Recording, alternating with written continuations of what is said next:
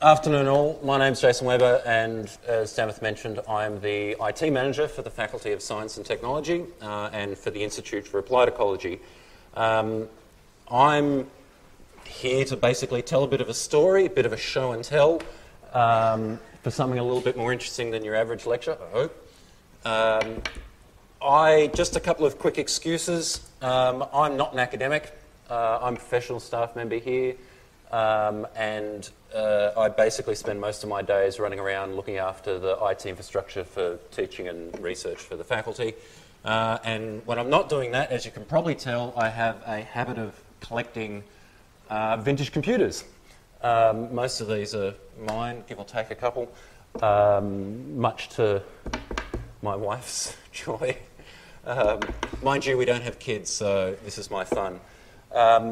This is, like I said, this is going to be more of a story than just a fully referenced like academic lecture. There's a very broad subject for me to try and cover, so I'm not going to be able to cover everything. And I also reserve the right to get things wrong. This is essentially my hobby. This is what I do outside of work. My knowledge is pretty good, but I wouldn't say it's foolproof. Okay, so in the beginning there was nothing. It might sound a bit odd, but if you go back to the early to mid-70s, we didn't have computers in the home. Most of you, I don't know how old you are, but I'm guessing for those that are straight out of high school, for instance, you probably have grown up with having some kind of computer or laptop or whatever for as long as you can remember in the home. Really wasn't the case. In the early 70s, computers were, universities owned them, banks owned them, big mining companies owned them. They were used for research and big financial things that I don't understand. But they weren't in the homes. The closest thing we had at the time was KIK Computers. Now these were for the hobbyists. These were single board computers that you got the components, you soldered them together, you programmed the hardware from scratch. Magazines used to run ongoing tutorials, for instance, because obviously this is before the internet. Ongoing tutorials on how to build the computer, program the computer, use the computer. Obviously incredibly limited functionality. You can see there the MOS Kim 1 had basically a 6-digit readout and essentially a calculator pin pad, and that was about it. One of the famous ones there is the Altair 8800. When it first, some people actually consider this the first home computer because it actually came in a box as opposed to just an open circuit board. But this thing was programmed with those switches on the front. That's how you programmed it. You go on, off, save.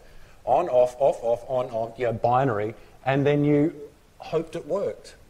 There was no debugging, there was nothing like that. It was punching it in via switches, and that was one of the earliest KIK computers. But the most famous of all the KIK computers is probably this thing here. This is the Apple I. This is Apple's first computer, designed by Steve Wozniak. It's in a case of sorts, a wooden bread box basically. It came with a keyboard, but underneath it was a hand-soldered single circuit board computer. He originally designed this thing for at university for his university's home computer club, and these were the groups at universities used to go right into these KIK computers. But further on in the decade, something big happened in 1977. Now these three computers are what's called the 77 Trinity. In this year we saw the release of these three computers here: the Apple II, the Tandy TRS-80 and the Commodore PET. Now, what makes these special is this. This was the first time that anyone could literally go down to a shop, buy a computer, expensive computer, but a computer nonetheless, take it home, pull it out of the box, plug it in and use it. You had software on disk. You didn't have to learn to program it from the get-go. Most people did, but you didn't have to learn to program it. These were the first computers that were mass-produced, retail, plug it in and off you go. And this was something that the world had never seen before. I mean, as I said, computers were the world of universities and big business, not for sitting on the kitchen table and poking around at relatively safely. And so this was a huge change. No one had ever seen this before. And this is what started people really having computers that we recognise today in the home. Commodore took off with this and very quickly released these two computers, especially this one. I don't care how old or young you are, I'm sure you've heard of the Commodore 64, but predating that was the VIC-20. Now, I've actually got one here. This is a VIC-20 from 1980. This thing has 5 kilobytes of RAM. No, seriously. I actually did the maths, and if you take your average computer today, which has got like 8 gig of RAM, that is 1.5 million times more RAM than this machine here. And it actually gets worse. By the time you powered this up and basic ran, you actually only had about 3.5K left for the user to use, so games and all the rest of it. 3.5K, which is actually a point I'll get back to later on. A couple of years later came the Commodore 64, which is this guy, which to this day is still the #1 selling single computer in history. This thing didn't go out of production until something like 1994.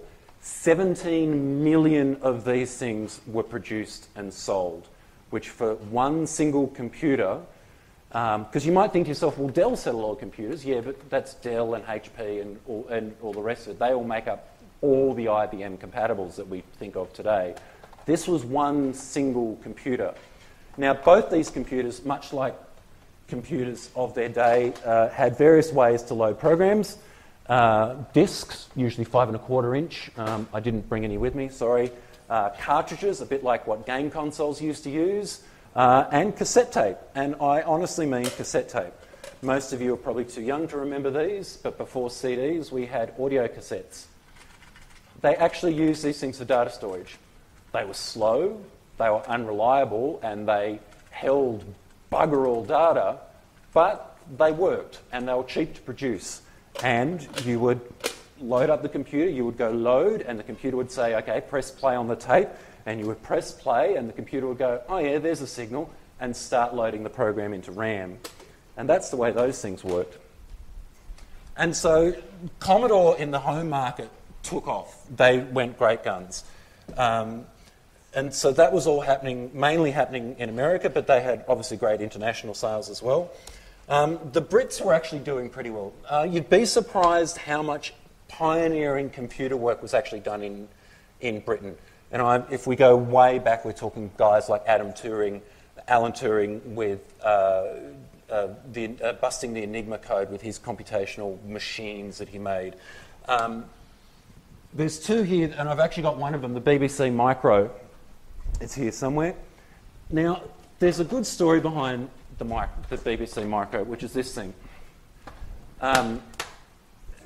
In the early 80s, the British government decided that what England needed was a computer literacy program. Because you've got to remember, this isn't like today where you see 18-month-year-olds pick up their parents' iPhone and know exactly what to do. This was completely unknown territory for most people. So the UK government decided we need a computer literacy program, especially in schools. Now, one big difference with the UK compared to us, we have state-based education systems. They have a national base. So they were able to target the entire country. And so the BBC got together and went, okay, we're going to introduce this literacy program, but we need one single computer to teach with, because it was going to be impossible to try and teach an entire nation of kids over various computers. So they went out to tender, and the company that won the tender was a little company in Cambridge called Acorn, and they produced what became the BBC Micro. But this became more than just teaching. This got used in research, in industry, and all kinds of things. Primarily, you probably can't see it from there, but along the bottom here, there's a whole bunch of various I/O ports. We've got, we've got the one for the disk drive and the printer, but then there's the user port, there's a 1 megahertz bus, and a port simply called tube. I've got no idea what that means. But so the accessories and random bits of robotics and all kinds of stuff you could control out of these was phenomenal. And that's where they really took off. They weren't the cheapest thing in the world, and that's actually something that Sir Clive Sinclair thought about. And he went, well, these are obviously becoming really popular. Let's really target the home market where the BBC is struggling a bit because of its expense. And so they released the ZX Spectrum. While this was a bit over the £300 mark, which is a lot of money, especially in 1981, these were £99. Unfortunately, I don't have one to show you because the most astounding thing about the ZX Spectrum, that computer there, it's about this big. It's tiny. And that's your entire computer. That's got everything in it. You basically plugged into a television, plugged in a disk drive or a cassette drive, and that was it. That was the entire computer. But one thing that both these computers really kicked off was this idea of the home coder. Now, there was commercial software available, but one thing people really, really got into was creating their own programs at home. And we're talking young people, we're talking people roughly your age. So you can probably imagine the type of programs that they were designing. They were games, of course. They're hardly going to be sitting at home and trying to come up with the latest spreadsheet program. So some of the biggest names in games, game programming, especially from about the late 90s and onwards, all came out and cut their teeth on these two computers. There's a software company, I believe they're still around, called Rare, who was established by two guys, David Perry and Chris Stamper. But Rare went on to produce games like Killer Instinct, Donkey Kong Country, Perfect Dark, things like that. They started on the ZX Spectrum, sitting at home in their bedroom, hammering away code. And that's one of the big things that the Brits got onto. Now, Australia wasn't completely alone in this. Now, you've got to remember, especially even today to a certain degree, but Australia is a fairly isolated country and we're a fairly small country, so it's not a huge market. But two big computers, especially from the early 80s, in Australia was the Dick Smith System 80 and the Microbase. I'll start with the System 80. The System 80 is this guy here. It was actually it wasn't made in Australia, it was made in Hong Kong, but it was sold and imported and supported by Dick Smith Electronics back when Dick Smith Electronics actually existed and actually made electronics instead of trying to be a wannabe JB Hi-Fi and then dying in a ditch. But this is it here. It's a TRS-80 clone, so that one of those first three computers that I mentioned, the TRS-80, it's a TRS-80 clone. It's got a tape drive built into it. And this was actually my first computer. My family's first computer was one of, not this exact one, unfortunately, but I was given this by a friend of mine. And this was our first computer. This was my first experience with computers when I was about 5 or 6 years old, and that's what that one was. Now, the Microbase is a little bit more interesting in the sense that this is actually Australia's only ever home design and mass-produced computer. These were made in Gosford, surprisingly enough, on the New South Wales northern coast. Again, a bit like the BBC, they started off as a KIK computer. One attended with the New South Wales Department of Education, decided to produce an actual computer out of it, and we ended up with a Microbase. There's been various versions over the years with more RAM, so on and so forth. They added colour about 12 months later. But the thing is, 9/10 of these went into schools, and being a typical government department, you can imagine what happened to them when the schools finished with them. They all went in the bin. So there's actually very, very few of these left, and I was lucky to get myself one late last year, and I've only literally yesterday came back from repair because one of the original employees of Microbase from like back in the day restarted the company about 3 or 4 years ago, Microbase Technologies, and he does repairs and upgrades for these, as well as a whole bunch of KIK computer stuff with FPGAs and stuff like this. So this is now a computer from 1982 that takes an SD card. Because who wants to screw around with floppies anymore? Half of them don't work.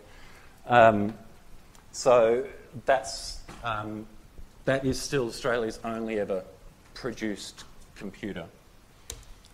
Now, these are all what are called 8-bit computers. If you know these days, modern operating systems are either 32-bit and mostly 64-bit, so we go way, way back, we get to 8-bit. These are all 8-bit, so they ran things like MOS 6502 processors, Zilog Z80 processors, things like that. But it didn't take long before developers kind of went, well, 8 bits is good, so I guess 16 bits has got to be better, right? And so we ended up with the Motorola 68000 processor that went into several computers, two of which are the Atari ST and the Commodore Amiga. Now, the Atari ST had one little thing going for it. They decided to put in dual MIDI ports actually standard on the computer. So this thing found a huge home within sound production and in audio recording and mixing and things like that. And that's what Atari's ST's big claim to fame is. The Commodore Amiga, although it went on to be a fairly famous computer, I'm sure, again, depending on how old or young you are, you've at least heard of the Amiga. The original one that released, though, was the 1000, and it didn't sell very well. They tried to aim it at the business market, didn't really work, and it was too expensive for the home market. So within the first 12 months, they actually split it into two computers, the Amiga 500 and the Amiga 2000. Now, the 2000 then went on to become the 3000 and the 4000, and it found a home in video production. Back in the early 80s, or even all the way through to the 90s, if you're ever watching the cricket, for instance, and you have text come across live stream video, that was done by an Amiga, guarantee it. And that's where the top-end Amigas found their home. The Amiga 500, however, ended up being the home computer of the late 80s and early 90s. The graphics that this thing could do compared to anything else on the market was just outstanding for its time, and it went on to become just the king of computer games. The number of games that were available, the library for this thing is just astronomical. No one's actually ever been able to put together an accurate number for the amount of games written for the Amiga 500. And it ran its own special... The big thing it had is it had its own well-developed graphics and sound chips that handled things like that, as opposed to just the 68000. And it really went on to become the king of the home computer. Apple weren't to be left behind, though. They ended up coming along with the Apple Mac. Now, we all know the iMac now, the iMac. So the predecessor to that is the Macintosh. Now, it didn't actually have a great start. The predecessor to it was called the Lisa. The Lisa was an absolutely abysmal failure. It was slow as a wet week and cost $10,000 in the early 80s. Okay? It was that or a brand new car. But even then, when they went, well, that didn't work, let's try something a bit cheaper, they came out with the Apple Mac, the first one, which is the 128. Its biggest problem is they put in this shiny new everyone knows the Apple operating system. How they've always done really well with the user interface, and they were doing this way back in 1984, but it just didn't have the grunt to keep up with it. It was so slow. It would boot, and that was about it. It was running at 100% even once it was booted. They then upgraded that to the 512. It really wasn't much better. And it wasn't until 1986 where they went to a whopping 1 meg of RAM, it finally had enough RAM and processing power to actually achieve anything. And this is one of them here. It's only a little guy. It's got a 9-inch CRT screen, which is tiny, but it was a very high resolution screen. And where the Macs really came into the fore was programs like Mac Write and Mac Paint. Now, Mac Write was good because it was one of the very early, easy-to-use word processors that did this whole... We're all used to it now, but what you see is what you get editor. So you imagine just in a word processor, you highlight a bit of text, you go bold, center a line, up the font a bit. And it was really one of the first successful iterations of that kind of print manipulation. And so that's why the Macs really took a foothold in things like desktop publishing and print media. And it pretty much all started with this guy here. Now, the one company brand that I haven't actually mentioned yet, which is probably kind of a little obvious, is IBM. So what was IBM doing through all this time? Well, in 1981, they released the personal computer, the 5150. The base model of it only had 128K of RAM. No one bought that one. It didn't really dominate the home computer market either. It only had very rudimentary graphics and sound, but it did take a good chunk of slice out of it. But where it did make good inroads was in the business market. Now, there's an old saying, especially in businesses, that no one ever got fired for buying IBM. You could do whatever you want. If you bought IBM, you were fine. And so it made big sales, especially with the fact that it ran MS-DOS, and then not long after that came along Microsoft Word and programs like that, and it kind of became, early on, the standard for business operations. But unlike other things that IBM made over the years, like its big mainframes and so forth, IBM was famous for its secrecy. It would do everything behind closed doors. Nothing was started without a non-disclosure agreement, and it was all very hush-hush. Everything was built on in-house and proprietary hardware, and so that was it. You bought an IBM, and it was just an IBM. The PC was different. 90% of that box wasn't actually built by IBM. It was built outside. They built like the keyboard, which is actually it's actually a very famous keyboard. You'll actually these days pay more for the keyboard than you will for the rest of the box. And it was all built on open standards. They handed out the technical documentation to this machine to all the developers around the world and go, here, build stuff for it. The only thing that was proprietary in this thing was the BIOS, which is obviously the little bit of software that initially gets things going. Unfortunately for IBM, it didn't take long for everyone else to reverse engineer the BIOS. And within a few years, IBM was already losing market share to clone makers. So by the time we've reached the end of the 1980s, we've got this really fragmented market. We've got Apple, we've got Tandy, we've got IBM, we've got Commodore. In Britain, you've got Sinclair and you've got Acorn. But coming into the 90s, for a few of these companies, things started to go horribly wrong. Sorry? What was that? No, we're not going into games. That was the death of Atari. That was a whole other thing. Commodore started having real problems. They hadn't upgraded their hardware as much as everyone else and was really starting to lag behind.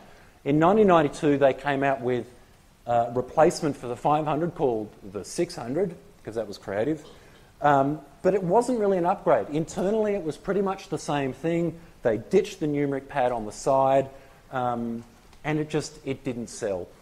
In the same year, though, they did bring out the Amiga 1200, which was their new flagship model. The problem is, though, by 1992, IBM had EGA and VGA graphics. It had the start of AdLib and Sound Blaster sound cards. And people were buying them for the home by this stage. And so the 1200, it was too little too late. Had that thing come out 3 years earlier, fine. Commodore may have survived.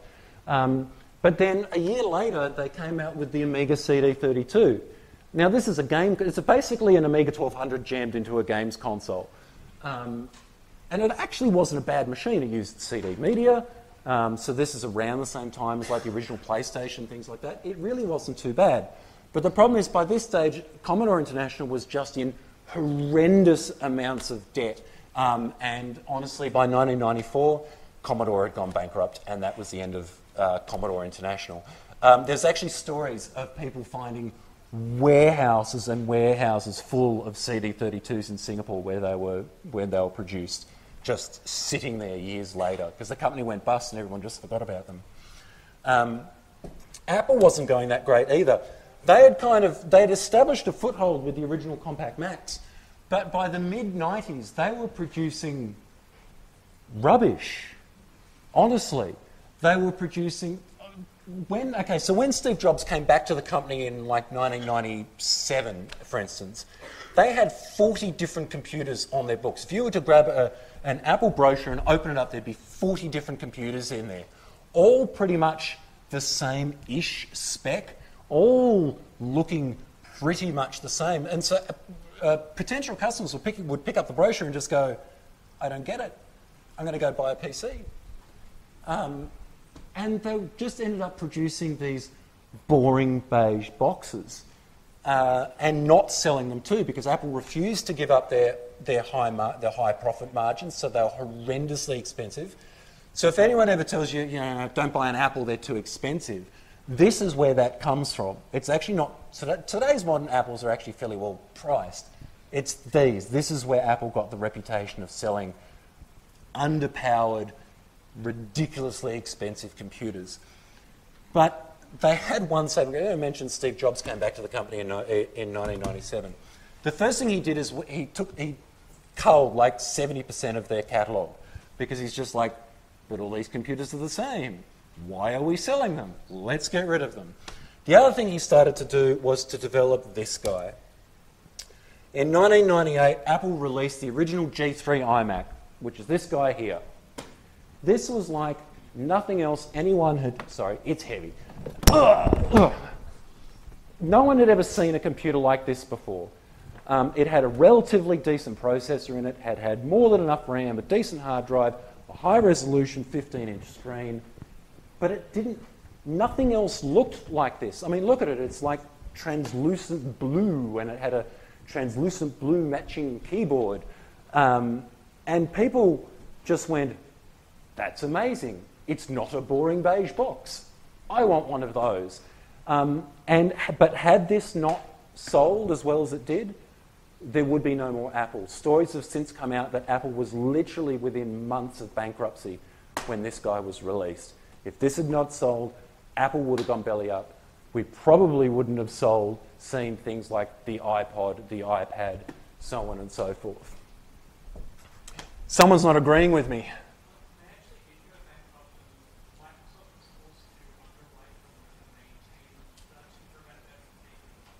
In the lead up to this guy. Yeah, okay. They nearly went bankrupt. They got saved by Microsoft from going bankrupt and then released this. We'll go with that. But the other thing that was happening in the 90s is the IBM compatible clone machines. So I'm talking Dell and HP and Compaq and all those boring companies. They had taken over the business market and the entire, basically, PC market in both the home and business. By this stage, we'd actually reached that point where we kind of are now. I mean, just a quick show of hands, who's got a Windows PC, laptop, whatever? And Mac? Yeah, that's about right. And it wasn't that much different in the late 90s. We'd already reached that point. And all the IBM PCs were being produced by HP and Dell and Compaq before they got merged with Dell. And so that's pretty much where we are now. I've actually got a statistic here. By 1996, IBM themselves, as in the actual company, only had an 8.6% market share. They'd lost it, gone, because all these guys had taken over.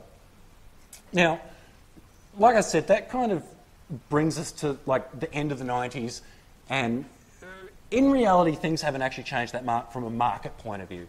People still have mostly IBM PCs and a handful of Macs, and that's kind of the way it is today. Obviously, there's other changes, which I'll get to in a sec. But there's just a few, before I do finish off and stop prattling on and you guys falling asleep, there's a few points I just want to make. The first one is this.